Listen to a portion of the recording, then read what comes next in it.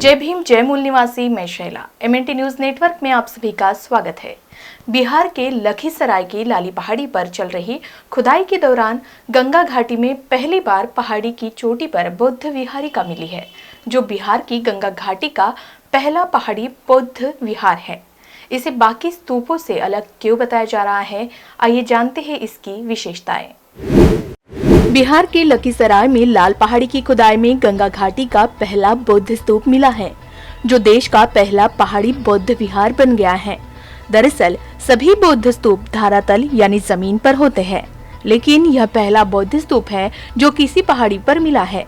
खुदाई का काम करा रहे विश्व भारती विश्वविद्यालय शांति निकेतन के प्रोफेसर अनिल कुमार ने बताया कि 11वीं और 12वीं शताब्दी के इस विहार में कुछ ऐसी विशेषताएं मिली है जो देश के किसी भी और बौद्ध विहार में नहीं देखी गई। उन्होंने कहा कि खुदाई में मिली चीजों से पता चलता है कि यह विहार मुख्य रूप से महिलाओं के लिए बनवाया गया होगा। अभिलेख के जरिए भी यहाँ ऐसा प्रमाण मिला है कि पाल रानी मल्लिका देवी ने विजयश्री भद्र नाम की एक महिला बौद्ध भिक्षु को दान दिया था। संभव है कि दुनिया के कोलाहल से दूर साधना के लिए ऐसा निर्माण किया गया हो।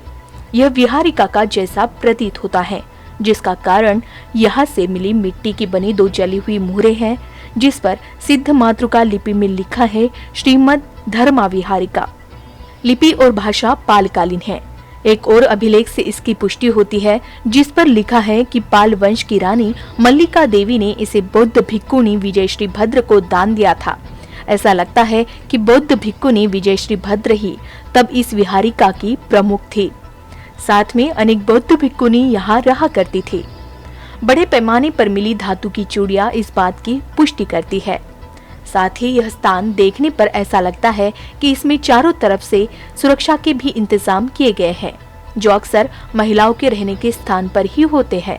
इस विहार के सभी कमरों में दरवाजे पाए गए हैं, जबकि आमतौर पर नालंदा, विक्रमशिला जैसे विहारों में दरवाजों के प्रमाण नहीं मिले हैं। इसी के साथ यहाँ तांबे की चूड़ियां, हाथी दांत की अंगूठी, नाक की लौंग आदि मिली है। इससे पता चलता है कि यह विहार विशेष रूप से या तो महिलाओं के लिए बनवाया गया होगा या महिला और पुरुषों दोनों के लिए भी हो सकता है। लाल पहाड़ी की खुदाई में पहली बार लकड़ी से बना हुआ वोटिव टेबलेट मिला है। साइड से मिली 2 जली हुई मिट्टी की मोहरों पर संस्कृत में श्रीमद् धर्म विहारिका नाम लिखा हुआ है। इस नाम से पता चलता है कि प्रारंभिक मध्ययुगीन मगध में महायान बौद्ध धर्म की कितनी प्रतिष्ठा थी। कहा जा रहा है कि यह राज्य का पहला बौद्ध विहार या महाविहार हो सकता है, जिसने संभवतः बिहार को अपना नाम दिया, जैसा कि नालंदा, विक्रमशिला और तेलहारा में पाए गए महाविहार थे। प्रोफेसर अनिल कुमार ने कहा कि बिहार में नालंदा और तेलहारा के बाद यह पहला विहार है जिसमें मिली मुहरों पर विहार के नाम का उल्लेख किया गया है। आमतौर पर महाविहारों के नाम भारत के एपिग्राफिक और पुरातात्विक रिकॉर्ड से पता चलते हैं। उन्होंने यह भी बताया कि पूर्वी भारतीय बौद्ध विहारों के बीच इस विहार की वास्तुकला इसे एक अलग पहचान देती है।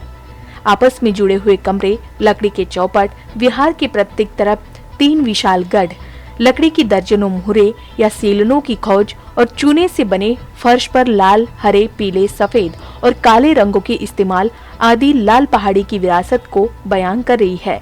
प्रोफेसर अनिल कुमार ने कहा कि इससे पहले बिहार के किसी भी हिस्से से विहार स्तरीय विहार की वास्तुकला का कोई प्रमाण नहीं मिला है। उन्होंने कहा कि ऐसे ही एकमात्र सबूत उत्तरी बंगाल के जगजीवनपुर में खुदाई में मिले हैं। बता दें कि इस लाल पहाड़ी की खुदाई का काम 25 नवंबर 2017 में बिहार सरकार ने शुरू करवाया था। यह भारतीय पुरातत्व सर्वेक्षण से लाइसेंस प्राप्त करने और 2017 में बिहार सरकार के साथ एक समझौता ज्ञापन पर हस्ताक्षर करने के बाद बिहार में 3 साल के अंदर पूरी की गई पहली खुदाई परियोजना है। तब से इस पहाड़ी पर बौद्ध महाविहार से जुड़े कई अवशेष मिले थे और अब जाकर सफलता मिली है।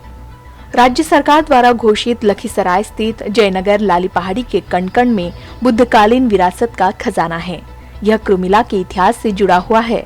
पहाड़ी की खुदाई में 8वीं से 12वीं सदी के मिले 1000 से अधिक कौड़ी, हाथी दांत की अंगूठी, चूड़ी, तांबा, पीतल एवं सोना के जेवरात, मृदभांड, महाप्रणाल आदि अनगिनत बौद्धकालीन अवशेष लाली पहाड़ी की विरासत बयां कर रही है। है।